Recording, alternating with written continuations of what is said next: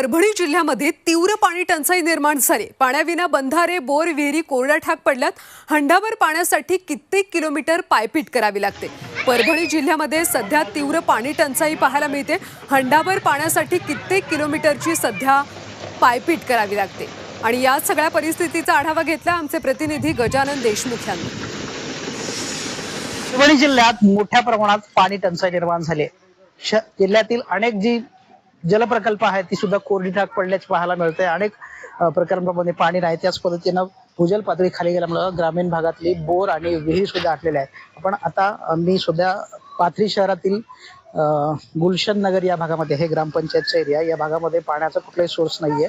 त्यामुळे अशा पद्धतीने लोकांना मोठ्या प्रमाणात भांडी विकत घ्यावी लागतात। अशा टाक्या मोठमोठ्या विकत घेऊन हे सगळं पाणी साठवत आहेत। एकूणच शिवसेनेच्या वतीने हे मोफत पाणी वाटप त्यामुळे सुरू केलंय की लोकांची मोठ्या प्रमाणात पाण्यासाठी भटकंती सुरू होती।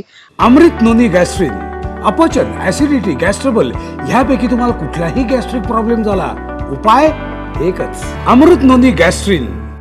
आणि मागच्या काही दिवसापासून इकडच्या भागामध्ये मोफत पाणी पुरवठा केला जातो। मार्च महिन्यामध्ये इकडचे बोर आणि विहिरी जे आहेत ते आटलेले आहेत आणि हा एक मोठा आधार जो आहे तो लोकांना झालाय। साधारणतः 8-8 दिवस पाणी लोकांना साठवून ठेवावं लागतं। त्यामुळे मोठे बॅरल त्यांनी घेतले आणि या पाण्यामध्ये त्यांना आपली जे तहान आणि इतर जे काय आहे पाण्याचा सगळा वापर जो आहे ते या पाण्यावरच करावा लागतोय।